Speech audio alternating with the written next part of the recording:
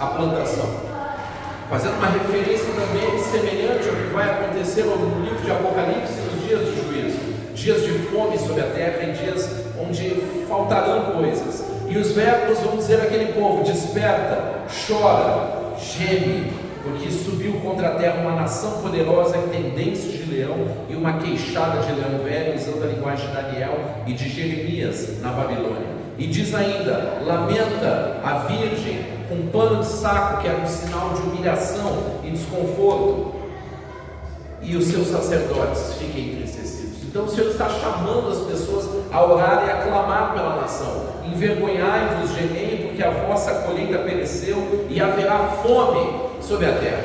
E o Senhor começa a dar aqui neste livro algumas receitas sobre como orar e interceder por uma nação que se corrompeu e está sob juízo, como é o caso da nação brasileira. Mas também nessa noite eu queria fazer uma aplicação pessoal destas coisas. Quando o homem caiu, quando o homem errou, quando o homem pecou, ou quando ele já não anda vivendo mais aquilo que Deus chamou para viver, o texto vai nos dar algumas ordens, alguns verbos. Cingivos, que é preparai-vos. Às vezes cingivos significa se levante, se posicione. Lamentai-vos, gemei. Entrai e passai a noite vestidos de saco, de madrugada, me busquem, santifiquem um jejum, convoquem uma assembléia solene, congreguem os anciãos, chame o povo para clamar na presença de Deus. Existem algumas coisas que mudam a história de um povo, de uma nação. Quando o povo de Israel se juntava para orar, para buscar, para se humilhar, Deus fazia coisas incríveis e sobrenaturais. Hoje nós temos um povo que parece não necessitar de tanta sobrenaturalidade.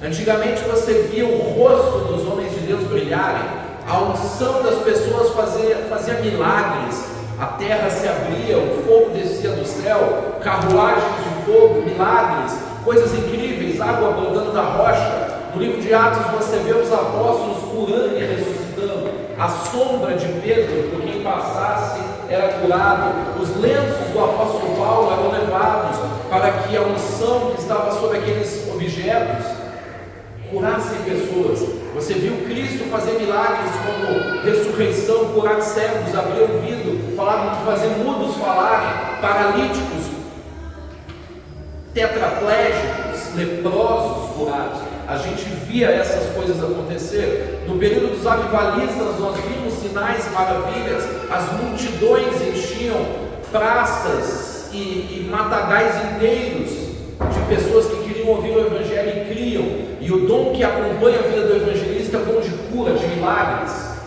Quando um evangelista prega, Deus confirma a sua mensagem com milagres. E hoje nós parece não precisarmos disso. Então tem uma fumacinha de gelo e aí ela faz uma nuvem de glória.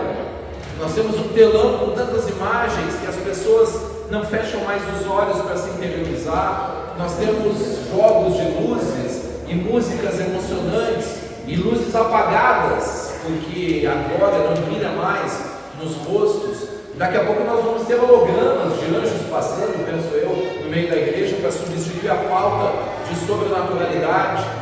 Mas aqui está dizendo para cingir, lamentar, chorar, passar a noite em oração.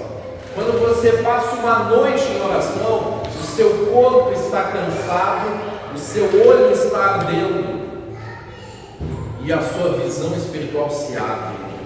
Quando você passa um tempo com o rosto no chão, chorando, escutando louvores, os seus ouvidos espirituais se abrem.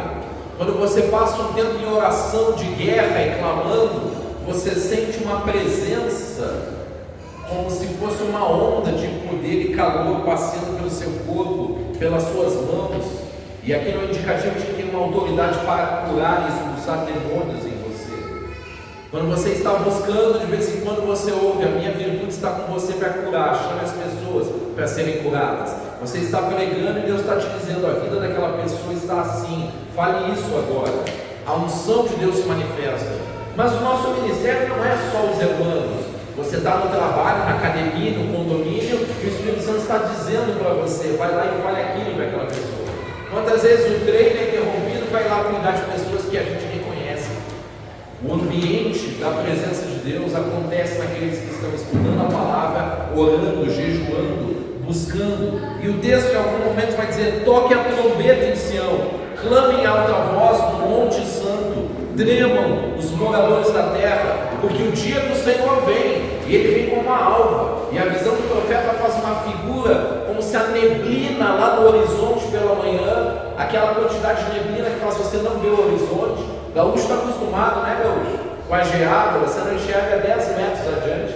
O Senhor disse que dessa forma seria o exército dos inimigos para sitiar o povo naquela época.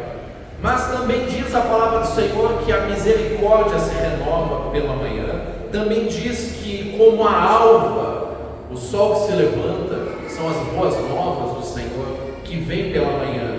As notícias da alva, as alviçareiras, as boas novas que o Senhor traz ao seu povo. Então, nesse mesmo diapasão que vem um juízo, também vem uma palavra dizendo: se você clamar e buscar, eu vou reverter o seu quadro. E aqui, naquela época, você tem uma profecia que acontece na época e acontece escatologicamente depois. Então o povo clamou e Deus restaurou e virou o cativeiro desse povo. Mas lá no fim do texto ele vai mostrar um quê escatológico disso, pois haverá um juízo lá no fim, que não haverá mais oportunidade de as pessoas buscarem. Como a alva está espalhada sobre os montes, um povo numeroso, um povo guerreiro, que vem como um exército. E aqui o texto dirá que eles vêm como cavalos montados para a batalha. Curiosamente, a mesma linguagem lá no livro de Apocalipse, dos cavaleiros que vêm, das trombetas que são tocadas e de um exército poderoso que vem como gafanhotos. Então os escatólogos não sabem se é literal como as pragas do Egito, ou aqueles gafanhotos que vêm voando seriam como um exército nos seus helicópteros, nos seus tanques de guerra. O que se sabe é que eles vêm para a matança e para dizimar um povo no final. Joel capítulo 4 diz assim: a sua aparência é como a de cavalos, e como cavaleiros assim correm. O profeta Joel então escreve uma praga avassaladora, que é um tipo profético daquela época, do juízo final que viria. Agora em Apocalipse, semelhante, João tem uma visão de gafanhotos, que tinham um aspecto como gafanhotos e faziam lembrar cavalos preparados para a batalha. Na semana retrasada nós tivemos um sonho, e o Senhor mostrava alguns insetos vindo dos céus, como seres meio espirituais, meio naturais, e eles vinham como pragas, e eles começavam a picar as pessoas, e as pessoas começavam a adoecer e a morrer. E no sonho eu me perguntava se era literal ou se era simbólico, uma mortandade, se seria uma epidemia, se seria fome ou se seria guerra, que são os juízos principais do povo de Deus. Quando eu acordei, eu fiquei meio acordado, meio dormindo, porque a Cris viu que eu não estava legal, eu dormida, ela geralmente toca em mim, falou que eu estava todo arrepiado. Quando eu levantei o rosto, olhei para ela, aí eu falei: já começou, é a primeira praga, como se fosse o start do Apocalipse. Parece que os homens de Deus que mais buscam no nosso país entendem que a nossa geração verá essas coisas. E quando você olha a geopolítica mundial, você está vendo os acordos no Oriente Médio, a posição geopolítica do presidente dos Estados Unidos com Israel, com as posições do atual Papa e do governo brasileiro, e você vê que eles estão caminhando para um acordo ou para um conflito que depois vem um acordo. Então estes são sinais de que a gente está caminhando em uma direção que se chama princípio das dores, cada vez mais concretizada, onde um cara virá para resolver. E quando esse homem vier para resolver e se assentar no local que não deve se assentar, então a ordem dessas pragas começa a descer sobre todos nós como um fluido escatológico. Então vai dizer assim o texto de Joel: diante dele, do dia do Senhor, neste exército que vem no dia do Senhor, tremerá a terra e abalar-se os céus, o sol e a lua se enegrecerão e as estrelas retirarão o seu resplendor. Olha exatamente o que Jesus vai falar em Mateus 24, quando ele é perguntado sobre os tempos do fim.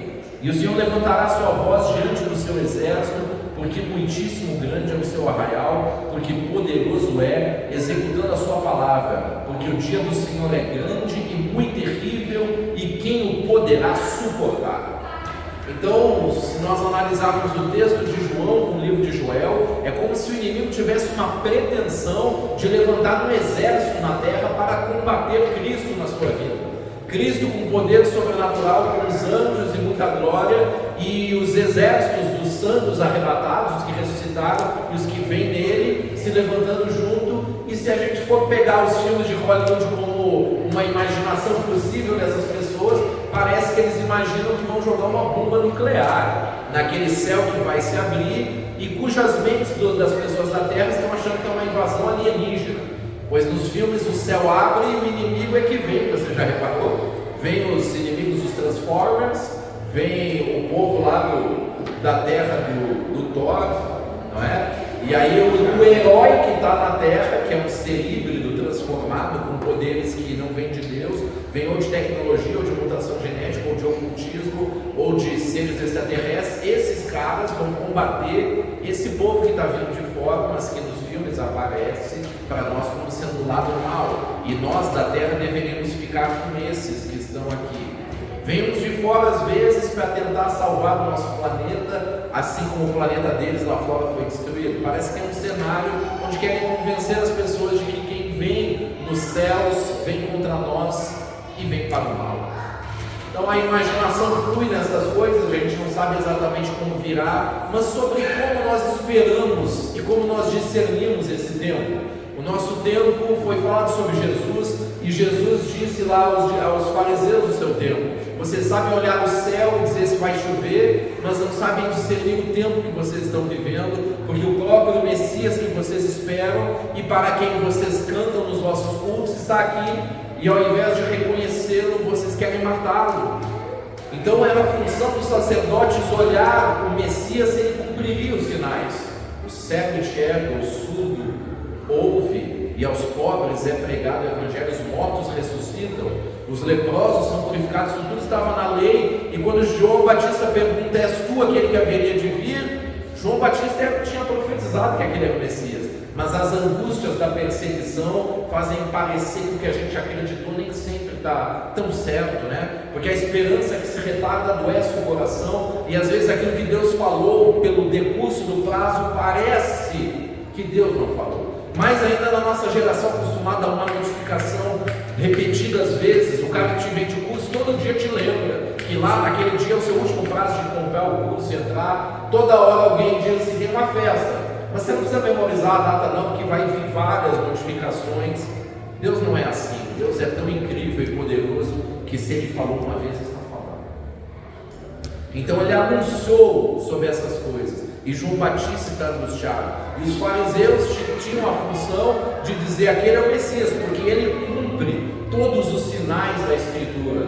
Mas como a religião deles era tão corrupta, eles se sentiram confrontados por Cristo, pela pregação de Cristo, e mais do que isso, eles viram as pessoas deixando as sinagogas para seguir aquele homem que multiplicava pães, que multiplicava peixes, que curava pessoas e que tinha um discurso tão diferente. Você consegue imaginar a cena de um paralítico sendo curado e Jesus abraçando esse cara?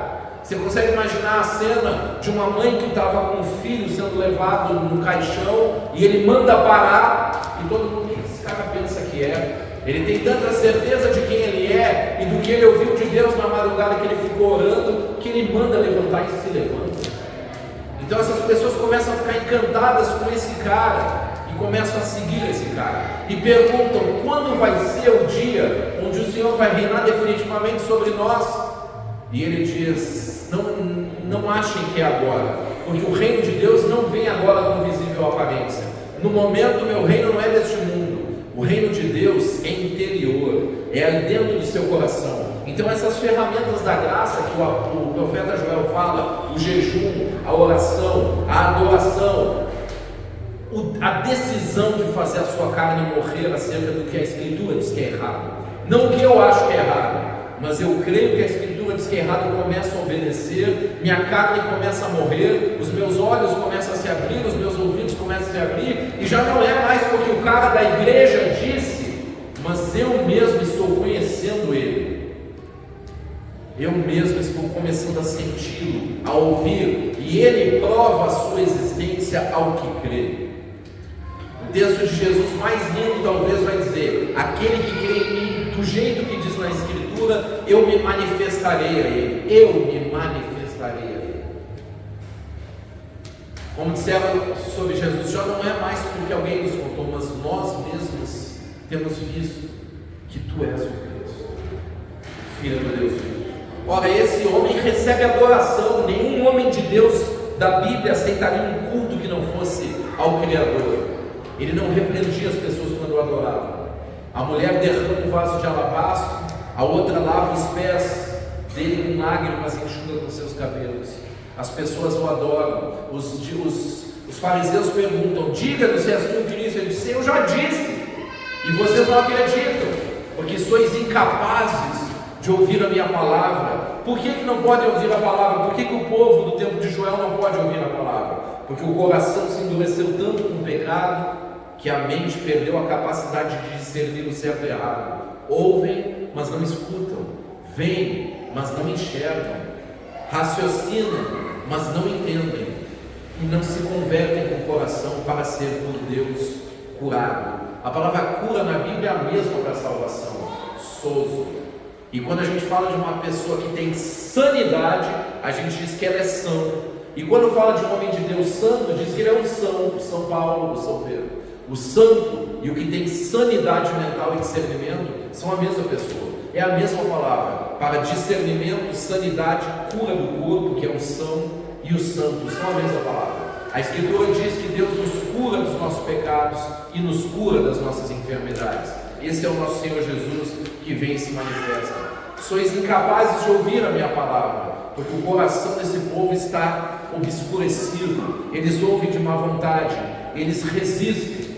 E o apóstolo Joel, o profeta Joel então chama ao arrependimento, o aviso da batalha, as trombetas que tocavam, as pragas que viriam, o anúncio de que deveriam se humilhar na presença de Deus. Rasgai os vossos corações e não as vossas vestes. É uma referência que vai dizer: vocês fazem a liturgia perfeita, vocês rasgam a roupa, vocês fazem o sacrifício, mas não cumprem o significado interior desse ritual. Vocês cantam, mas não adoram. Vocês podem ter uma aliança no dedo, mas não no coração. Vocês podem ter descido as águas, mas não nasceram de novo. Vocês podem celebrar a ceia do Senhor e fazer aquela carinha de contrito antes de beber o suquinho, mas não tem comunhão e não entende o significado do sangue que foi derramado. Vocês podem guardar o sábado no sentido de que não trabalham, mas também não buscam o Senhor no sábado. Vira só feriado mesmo. Não entendem as coisas que estão por trás e a intenção real do significado de tantos ritos que vocês praticam. Então o Senhor vai ouvir o clamor daquele povo naquela época, vai livrar do cativeiro da Babilônia e vai fazer algumas promessas quando eles oram. E essas promessas estão mencionadas no livro de Joel, capítulo 2, e vai dizer assim: as eiras se encherão de trigo. Depois dessa história da locusta, do gafanhoto que consumiu tudo, a fome na terra, as eiras se encherão de trigo e os lagares transbordarão de mosto e azeite. E restituir-vos-ei os anos que comeu o gafanhoto, a locusta e o pulgão e a lagarta e o meu grande exército que enviei contra vós. E comereis abundantemente, vos fartareis e louvareis o nome do Senhor. E vós sabereis que eu estou no meio de Israel e que eu sou o Senhor vosso Deus. E agora ele vai fazer uma promessa que vai se cumprir lá nos tempos depois de Jesus. E há de ser que depois derramarei do meu espírito sobre toda a carne, e os vossos filhos e vossas filhas profetizarão, e os vossos velhos terão sonhos, e os vossos jovens terão visões, e também sobre os servos e sobre as servas, naqueles dias, derramarei o meu espírito, e mostrarei prodígios no céu e na terra, sangue, fogo e colunas de fumaça. E o sol se converterá em trevas, e a lua em sangue, antes que venha o grande e terrível dia do Senhor. E há de ser que todo aquele que invocar o nome do Senhor será salvo, porque no monte Sião e em Jerusalém haverá livramento, como disse o Senhor, e entre os sobreviventes aqueles que o Senhor chamar. Este é o texto então que, quando vem a manifestação de Pentecostes, lá depois do Evangelho, depois da ascensão de Cristo, então cumprindo a agenda de Israel, a Páscoa onde morre o Cordeiro, a representação da libertação do êxodo, aí depois a festa dos pães ázimos, aí Jesus sobe 10 dias, depois mais 40 dias, completando 50, aí penta, no dia de Pentecostes, no calendário judaico, desce o Espírito Santo então, que era um momento da colheita, uma festa das colheitas. E aqui nós estávamos falando de colheitas que se foram, porque o Senhor já não era mais com o povo e a terra estava em fome. E agora Ele faz a promessa de abundância de colheitas e comida, e Ele faz essa promessa do Espírito, direcionada e conectada. Então no dia que seria a festa da Páscoa, o Cordeiro morre.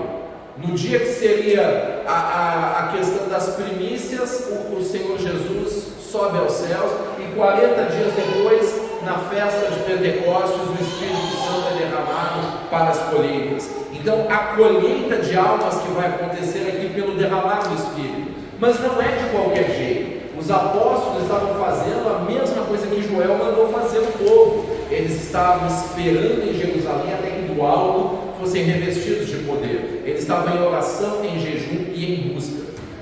Antes de viver o chamado e o ministério, um homem de Deus se retirou. Ele orou, ele jejuou, ele buscou, ele gastou um tempo construindo identidade primeiro. Primeiro devemos ser, e então entender o que fazer, qual é o propósito, e depois o ter. O homem de Deus então entende a sua identidade por intimidade com Deus. Quem não tem essa intimidade está tentando imitar pessoas. Ele é um Frankenstein. Aquele grupo é legal, vou seguir a ideologia dele. Aquele povo é uma aroma, eu também vou ser forte. Aquele povo é da ideologia tal, eu vou ser para me sentir parte também.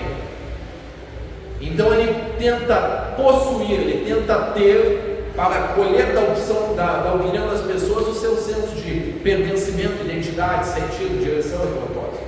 Mas aquele que anda com Deus, ele recebe identidade. E a sua identidade indica qual é o seu propósito, que é o seu fazer.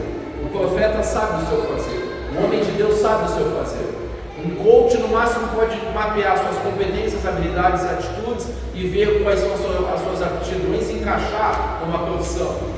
Mas quando Deus te chama, pode ser que Ele te chame para fazer exatamente aquilo que você não dá conta sozinho, que não tem a ver com as suas habilidades. Então, sobrenaturalmente, aqui como encontro em Pentecostes, homens iletrados estavam pregando, 3.000 pessoas creram. Então é mais do que a capacidade de convencer alguém com o que está falando. Enquanto o homem cheio do Espírito Santo está falando, este mesmo Espírito está convencendo pessoas. O adorador cheio do Espírito, quando ele adora, a presença dele é manifesta. O profeta, quando fala o que está lá no fundo do coração e que só aquela pessoa sabe, o Espírito Santo está tocando nela também, convencendo ela das coisas. A presença de Deus então torna Cristo tão desejável que os corações param de resistir e eles se entregam e dizem: eu preciso disso, eu preciso disso. O derramamento do Espírito na igreja é uma necessidade. Eu não posso fazer a obra de Deus sem o Espírito, eu não devo pregar sem o Espírito, eu não devo adorar sem o Espírito. Fazendo uma ilustração comparativa, o grande, famoso cantor erudito Luciano Pavarotti, ele disse: ninguém deve cantar até 6 meses de estudo, até descobrir onde está o som, onde estão os ressonadores, os apoiadores, onde que você começa a descobrir onde está a sua voz, e deve fazer só vocalize de exercício orientado por um bom profissional, até que você aprenda a fazer sair som, e depois você começa a cantar músicas, ele fala. E aí ele vai dizer assim: a minha voz é como se eu fosse um refém de uma donzela extremamente frágil que eu preciso proteger o tempo inteiro. Se eu não acordar todas as manhãs e fizer vocalize, eu vou perder a minha voz. Com 70 anos ele ainda cantava em alto padrão e ele dizia como era delicado aquilo. Ele falava bem baixinho. Ele dizia assim: Jones, eu tenho que cantar à noite, de manhã a primeira coisa que eu faço é um vocalize de 2 minutos e a voz não está lá. Depois eu tomo meu café, faço a higiene pessoal e faço outro exercício e a voz ainda não está lá. Aí eu almoço e à tarde eu faço de novo e a voz não está lá. Então à noite eu faço de novo, insistindo no hotel, já no local próximo ao evento, e então a voz está lá. Aí eu corro, tomo banho, boto a roupa e corro do teatro, torcendo que a voz ainda esteja lá. Olha a vida do cara para manter aquele nível que é um erudito. E aí ele vai explicar de maneira simples como é que se canta daquele jeito, com tanta projeção, com tanta interpretação, com tanta afinação, sem fazer força, porque talvez você não saiba, mas ele diz que aquele é um tipo de voz leve, não pode fazer força para fazer aquilo. Aí ele diz assim: cara, tudo que eu faço é manter a garganta bem relaxada, para que a garganta, estando bem esticada, projete o máximo de voz. Claro, depois de 20 anos, diz ele sorrindo, 20 anos se preparando para chegar naquele patamar. Existem gravações dele novinho, já incrível, mas o auge da vida dele, depois de 20 anos, já Senhor, chegou no máximo da maturidade, e todos os dias estudando. Bon Jovi parece não ter feito. Steven Tyler se cuidou bem, mas não tanto. A outra cantora famosa americana, como é que é o nome? Celine Dion, perdeu a voz. Mas qual é a figura que eu estou usando? O nível de esforço para viver o auge da capacidade. Aquele homem para se apresentar e tocar corações. O servo de Deus com o compromisso de tornar Cristo desejável no seu ministério. Quantas horas de voo nós temos com a Escritura, os pregadores? Quantas horas de voo nós temos em adoração, em oração? Os ministros, os mestres, os conselheiros. Nós precisamos tornar Cristo desejável, e mais que isso, nós precisamos entrar num cenário de batalha espiritual, cuja batalha é por almas. E nós estamos conscientes disso? A gente realmente acredita que foi salvo? Foi salvo de quê? Existe algo mesmo lá embaixo, para onde vamos, que não crerem? Existe algo incrível lá em cima? Digamos que não haja inferno, mas Ele me salvou de uma vida sem Ele. Já é excelente salvação. Nós estamos vivendo de acordo com a grandeza do nosso chamado e o que merece o nosso Deus. Antes de me converter, eu dei uma flertada rápida com o espiritismo kardecista. Fui umas 2 ou 3 vezes lá, e o mentor, na terceira vez, ele disse assim: se você não leu os 5 principais livros do espiritismo, não diga que você é espírita, que você nem sabe o que é. Nós somos cristãos por quê? Porque a gente nasceu, porque a gente foi, porque era a igreja perto da nossa casa, porque eu tenho que honrar a fé dos meus pais, ou nós andamos com Ele, nós conhecemos Ele. É possível que alguém seja cristão sem nunca ter lido o livro? Na minha área, eu sou professor de Direito, as pessoas se formam em Direito sem ter lido a Constituição. No Brasil isso é possível. As pessoas se formam em Direito sem ter lido o Código Civil. É ou não é? Talvez tenha até advogado que nunca leu toda a Constituição, gente. Mas eles estão lá, sabe? É uma coisa do brasileiro fazer as coisas mal feitas. Fazer as coisas mal feitas. Os meus amigos do judiciário, inclusive gente que trabalha aqui, que congrega aqui, diz assim: é uma vergonha a forma como clientes perdem direitos que são deles, porque os seus advogados são incompetentes. E o juiz não pode entregar julgando ultra ou extra petita, porque o advogado não pediu ou não fundamentou corretamente, não vai levar e era do cliente, que o cliente nunca vai saber. Então o brasileiro tem essa cultura de fazer o mínimo necessário, e quando se trata de fé, parece pior. Temos profissionais da saúde aqui, a ala da saúde aqui, ó, desse lado. Os profissionais da saúde sabem que quando falta grana, a primeira coisa que o cara para de fazer é cuidar da saúde. Plano de saúde, visita no médico, no dentista. E quando falta tempo, a primeira coisa que o crente para é de buscar Deus. A primeira coisa que é negociada na rotina da correria é: o devocional fica para depois, porque a ansiedade das correrias do dia a dia assume a primazia.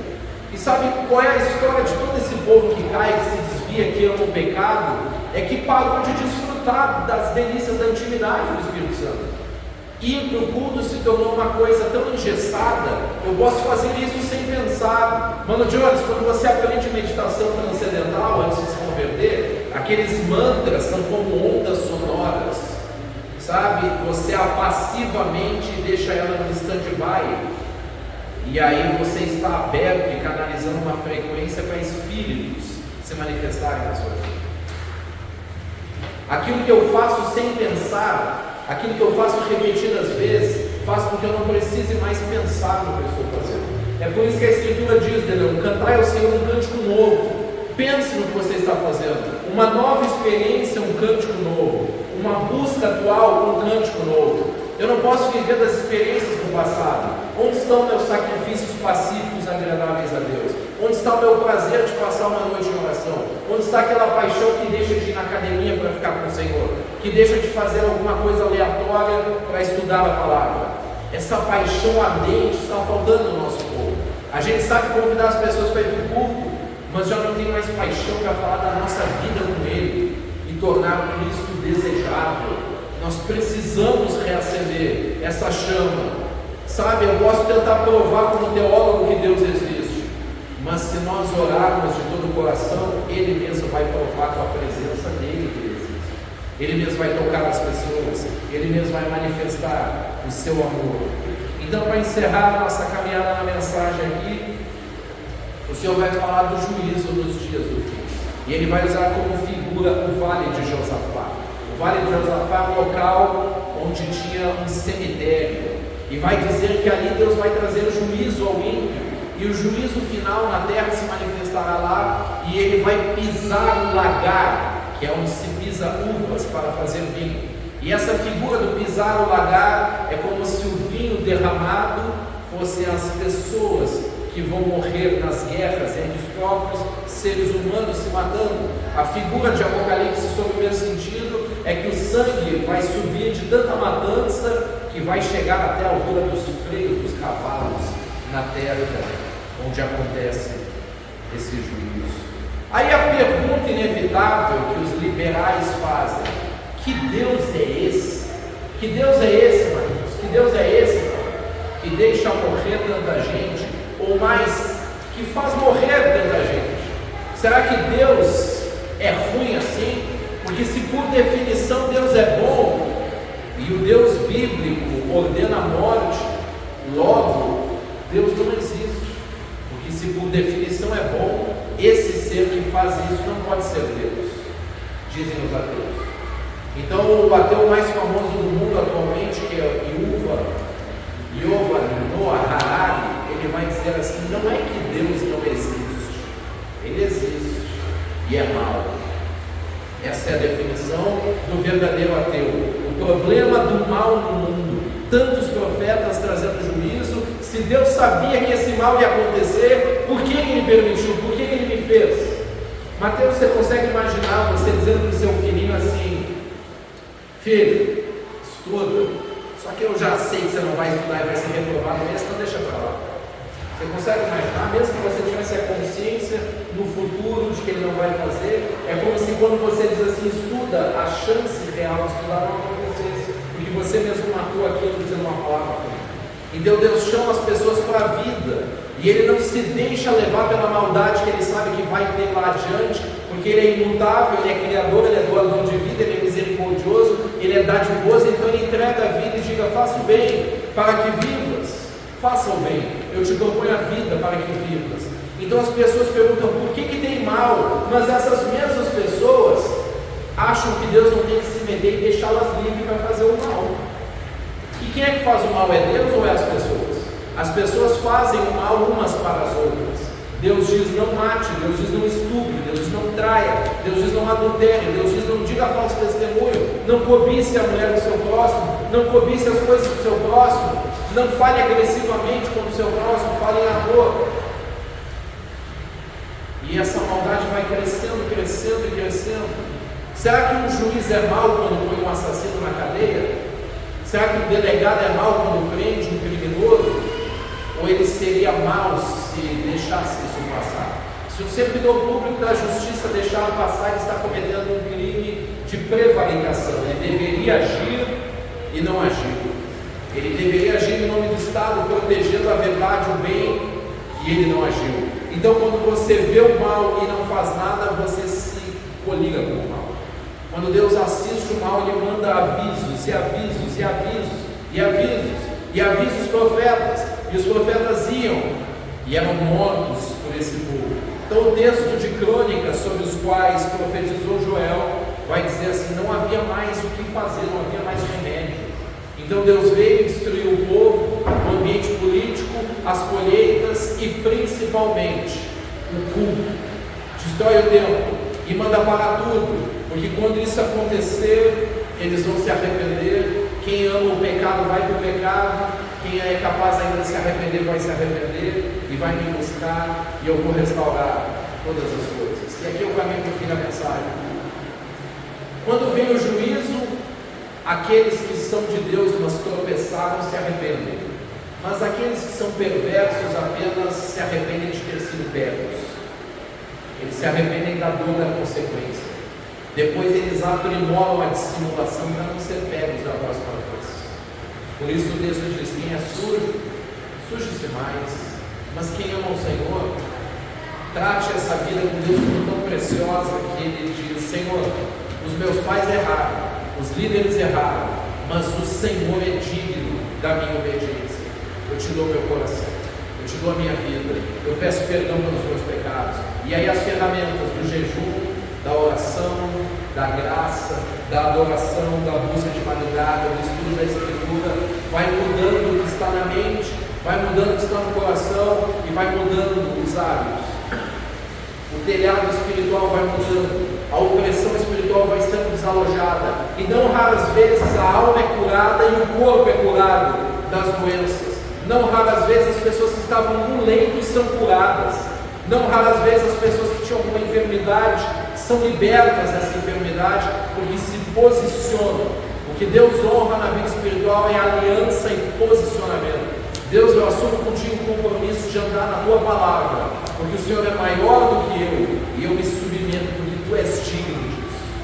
O Senhor é digno de exigir de mim essa obediência. Ele é amor, Ele cuida de mim, Ele me deu a vida, e depois deu a vida dele por mim, para que eu não passasse a minha vida eterna sem Ele. Esse é o nosso Deus, esse é o nosso Criador, e a nossa missão na terra é essa. Você nasceu para estar eternamente com Ele, e se for sábio, andar nesta vida com Ele. Se sobrar, então você planeja uma vida boa na terra também, sabendo que o coração não pode estar nas coisas da terra, que a vida não deve estar tão boa assim, que eu tenha medo de perdê-la para ir para os céus. E aqui eu fecho a mensagem: quando eu tenho que tirar um povo do Egito que está preso lá como escravo, eu aumento a opressão para que ele clame para sair.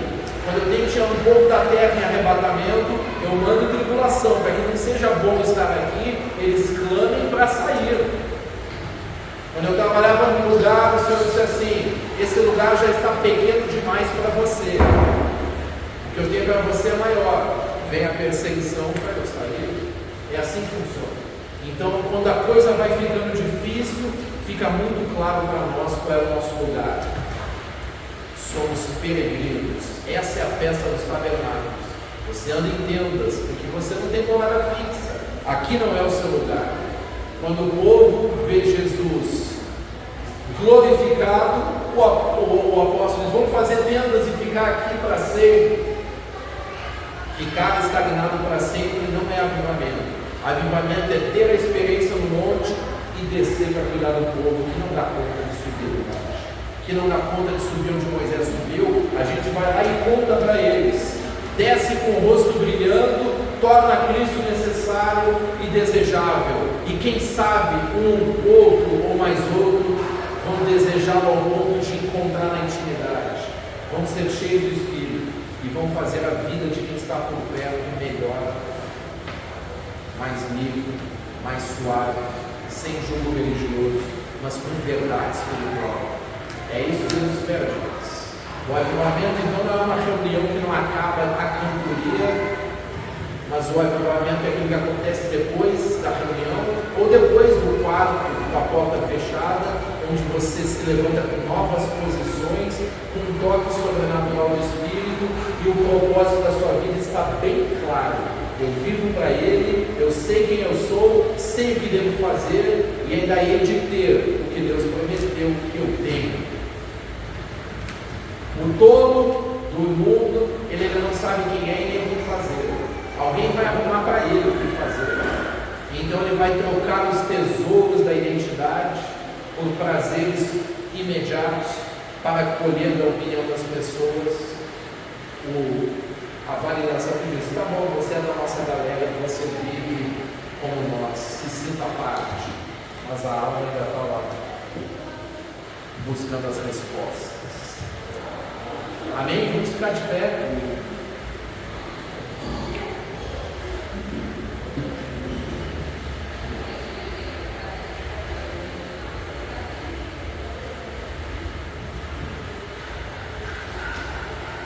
Feche seus olhos, comece a orar com discernimento espiritual.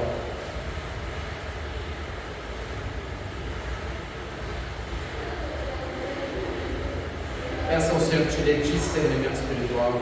Deus me mostra as coisas que eu preciso entender e discernir sobre a minha identidade, sobre o tempo que eu estou vivendo, sobre o meu chamado e o meu propósito. Nos tempos de juízo, na vida de Jesus, ou na arca de Noé, ou nos tempos do fim, as pessoas estavam levando a sua vida normal, casando-se e dando-se em casamento. Quando o noivo chama para as bodas, em Lucas 14, as pessoas dizem: eu não posso ir porque eu comprei uma junta de bois, outro diz porque eu casei, outro diz eu tenho que falar com os meus pais. Nada de errado nisso, mas eles não discerniram o tempo. Eles não discerniram o tempo que era o tempo de buscar e de ter comunhão com Deus. As coisas do mundo sufocaram. Na parábola do semeador, nós temos a penúltima terra. A semente caiu, a árvore cresceu, germinou e deu fruto, mas não com perfeição, porque os espinhos sufocaram o fruto. E esses espinhos, Jesus explica, são as coisas deste mundo, as riquezas e o cuidado com as coisas da vida. O excessivo cuidado com as coisas da vida faz com que eu não busque a Deus na medida necessária para me manter santo e na presença dEle. Então, queridos, como eu costumo fazer nos meus apelos, porque eu sei muito bem o meu objetivo quando eu prego, o resultado que eu quero produzir, é que se Deus não tem ainda, Ele deve receber nessa noite a primazia do nosso tempo em vida devocional e busca. Como disse Joel, oração, jejum, humilhação, o prazer de estar na presença do Senhor, o estudo da palavra, que vai te mostrar a vontade de Deus, o que é a obediência a Deus. Essa intimidade com Deus vai gerar a tua santidade. A tua santidade vai trazer a revelação da tua identidade. A tua identidade vai revelar o teu propósito, que é o fazer. Ser, depois fazer, e depois o ter. E não o contrário, não ter para tentar ser em função de Deus. Renove a sua aliança com o Senhor sobre isso, de conversar com Ele, de orar, de estudar a sua palavra, de se submeter. Sabe, queridos, quando Deus parou de falar o que Ele vinha falando para a gente obedecer, não é porque Ele já concordou que a gente deve continuar, é porque a gente já entrou numa atmosfera de silêncio e juízo. Peça a Deus que você possa escutar, peça a Deus que você possa entender, peça a Deus que você possa discernir a sua própria vida, o seu chamado. Peça a Deus para te mostrar melhor quem Ele é, qual é a vontade dEle para a sua vida, qual é o caminho perfeito do Senhor para a sua caminhada. Peça a Deus para te mostrar com quem você deve andar, quais são as suas alianças. Peça a Deus para curar a sua alma. Coloca na mesa e diz: eu aceito perder, Senhor, os meus achismos todos, os meus desejos todos, porque eu sei que o Senhor é maior. Eu te confesso o meu orgulho, minha arrogância, minha soberba, porque eu sei que o Senhor quer me trazer paz e vida. Paz e vida sobre nós. Quero chamar o irmão de Leão aqui para terminar essa oração, para orar pelos nossos irmãos, abençoar as nossas vidas e depois encerrar.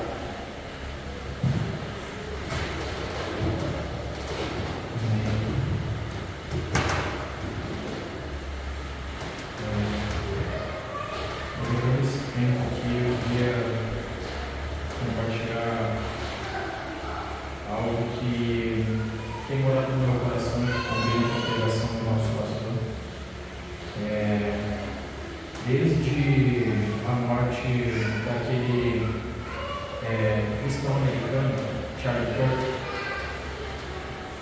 eu senti algo muito intenso sobre o nosso olhar para a graça e para a misericórdia de Deus. E naqueles dias eu orei pela família do Charlie, mas todos os dias acontece isso no nosso mundo. Mas eu me peguei orando pela família do cara que fez, do assassino. E aquilo mexeu muito comigo porque o nosso olhar ele vai para a vítima automaticamente. Mas naquela pessoa que fez não mora o Senhor. Aquela pessoa que matou não mora o Senhor. É um olhar escuro, é uma escuridão profunda, onde a graça e a misericórdia não chegou. A gente pode concluir que não alcançou aquele coração, mesmo melhor dizendo. Então que, junto com toda essa palavra, que o Senhor toque nos nossos corações, mas que também nos dê um olhar de gratidão por tudo que nós carregamos e que Deus compartilha com a gente. Porque nós somos as famílias que somos, as pessoas que somos, pertencemos à congregação que pertencemos, temos a rede de amigos que temos, por graça e misericórdia de Deus. Temos a história que temos, respiramos todo dia, oramos, buscamos o Senhor pela graça e pela misericórdia de Deus que se estende sobre nós. E junto com essa pregação de hoje, que o Senhor toque a nossa vida e nos leve a levar a que o olhar esteja sempre virado a Ele. Que a gente veja em todas as circunstâncias que alcançam a nossa vida que o Senhor está lá. Na parte boa, na parte ruim, o Senhor está lá. E quando é ruim, Ele está nos convidando para nos aprofundarmos, para buscarmos cada vez mais a presença dEle.